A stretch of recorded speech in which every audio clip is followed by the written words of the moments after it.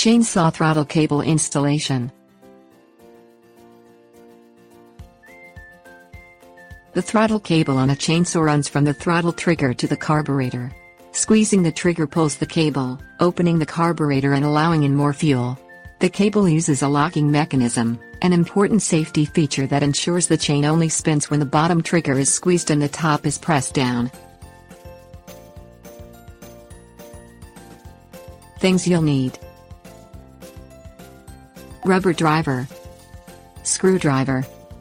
Attach the throttle cable to the throttle lever. Install the throttle cable in the tank unit by threading the cable into the unit. Place the cable lever arm into the lip underneath the hand grip. Push the throttle lever rest pivot into its hole on the handle using the rubber driver. Connect the throttle spring to the recess in the throttle lock. Hold the spring in place, and insert the throttle lock into the recess in the hand grip. Fit the throttle return spring into the hand grip. Twist the throttle lock into position so that the catch passes down by the throttle lever inside the hand grip. Press in the throttle lock S pivot pin with the rubber driver. Reconnect the fuel hose to the intake valve on the carburetor. Refit the front hand grip, tightening its screws to the engine. Push the throttle cable into its hole in the bottom of the carburetor space. Reattach the lead wire to the stop switch.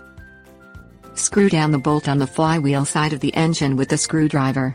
Fit the front handle into place. Tighten its bolts, anchoring it to the engine. Reinstall the chain catcher to the front of the engine. Slide the throttle cable into its position next to the carburetor. Connect the throttle cable to the carburetor.